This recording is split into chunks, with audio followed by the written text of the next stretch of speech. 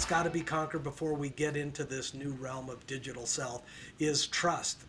Can you actually trust what the digital self is doing on your behalf? How do you know that maybe bad actors haven't gotten in and hijacked your digital self and is transferring all of the funds out of your Swiss bank account? Another one is this concept of autonomy. How much power do you want this digital self to have? Do you want it to reschedule your flight? Do you want it to cancel meetings so that you can go make your flight? What is this level of autonomy that we're giving it? And the last one is humanness. Right now, synthetic voice is practically human indistinguishable. However, the human avatars right now are in what's called the Uncanny Valley. This is a cool idea kicked out in 1970 by a professor in Japan.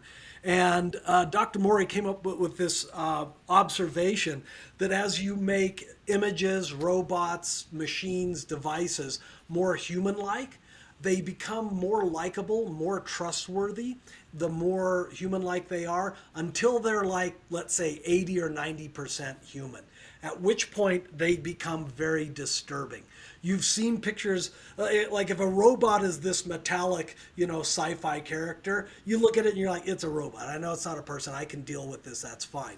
Or the voice on IVR is, clearly a recording or some sort of Stephen Hawking's voice generator type thing. That's okay.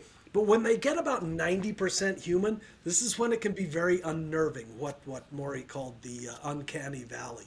For right now, faces and avatar generation is kind of in that uncanny valley. It looks human, but there's something quite off by it. Kind of like some of our members of Congress. And when you kind of observe this, there's something innate in the human psychology that kind of recognizes something's off a bit. With voice, we've crossed the uncanny valley. With face, we are in it right now. And with the brain, that decision-making capability, we're quickly approaching the uncanny valley. So when all of these things cross the uncanny valley, digital humans will be widespread.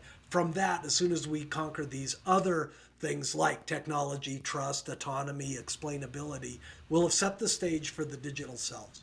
When I think about this space as you're describing the challenges around the digital self, it reminds me of a couple of things. One is that science fiction has been talking about this problem of ethics and autonomy and artificial intelligence for years and years and years. And it started off in early science fiction with Asimov's three laws of robotics, which were do no harm to Ned, allow no harm to come to Ned, and make sure that Ned benefits from Mark's credit card.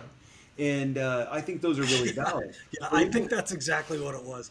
I think it was something similar, but all of the technology advances are connected. We've seen tremendous gains in automation inside of our customer environments, and your description of how we could have a airplane ticket shop for remind me very much of discussions that we have today around how automation can work. So these are some really interesting things that we're starting to see the beginnings of today, with some very promising products from both early companies and companies that have been around for a while. They're doing some very impressive things. I'm excited about where all this goes.